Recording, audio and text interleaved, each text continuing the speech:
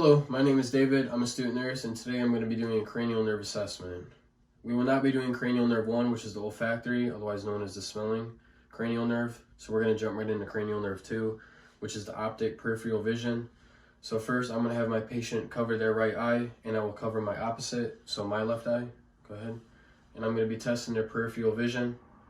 So if you want to go ahead and tell me when you see my fingers coming in your optical view. I can see them. I can see them. I can see them. Okay, I'm going to have my patient cover their opposite eye, and I will also cover the opposite eye of them. We're going to do the same thing on the other side. I can see them. I can see them.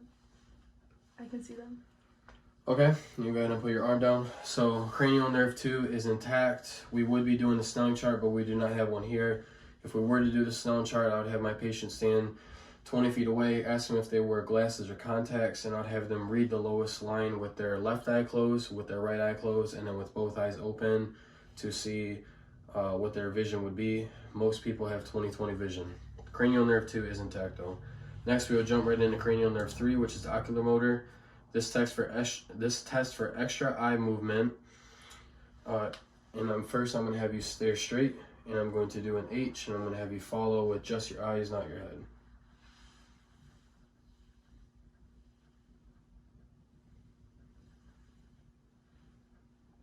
Okay, so there was no extra eye movement. Nystagmus was absent. So next I'm gonna test for the pupillary response in both eyes. So I'm gonna have you stare straight.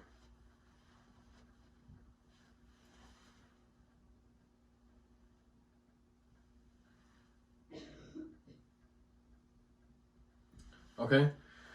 Both eyes were reactive to the light. The pupils were round, equal, and reactive. So what we were looking for was responsive pupillary constriction. Next, that is what I'm going to look for next. So I'm going to place my hand right here to split their eyes.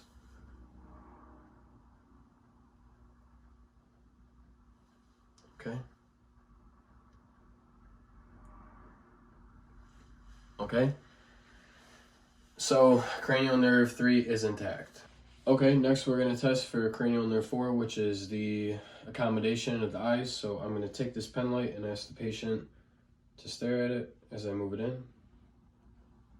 And the patient did accommodate to the pen light, so cranial nerve 4 is intact. We'll jump right into cranial nerve 5, which is the trigeminal. I'm going to test the motor response, so I'm going to ask the patient to open and close the jaw against resistance.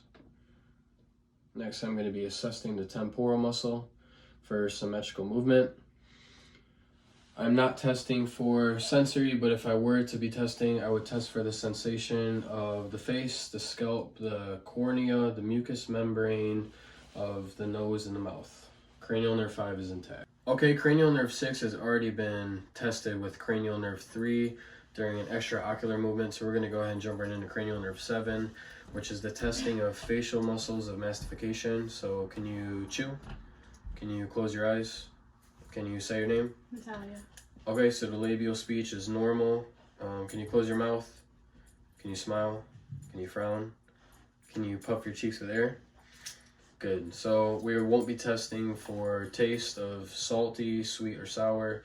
So no test of salivation with any sour foods.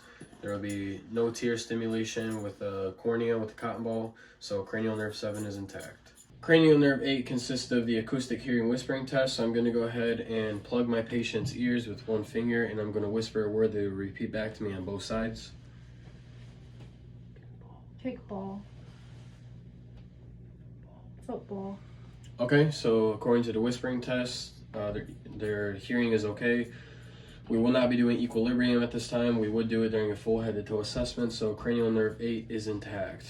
Next is cranial nerve 9, which is the glossopharyngeal.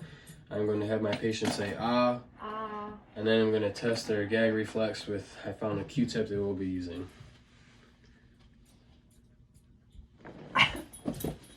So gag reflex is there, and cranial nerve 9 is intact. Cranial nerve 10 is the vagus, so I'm going to have my patient say their name and date of birth. Natalia, July 16, 99. Okay, no hoarseness was present. Can you swallow for me? Okay, so cranial nerve 10 is intact. Moving on to cranial nerve 11, that is the spinal accessory. So I'm going to have my patient move their head against resistance this way, and this way, and down my forehead, and down to the back.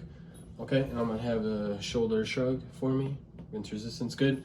So cranial nerve 11 is intact. And lastly, cranial nerve 12, the hypoglossal. Can you stick out your tongue for me and move your tongue side to side? Cranial nerve 12 is intact. And that completes the cranial nerve assessment.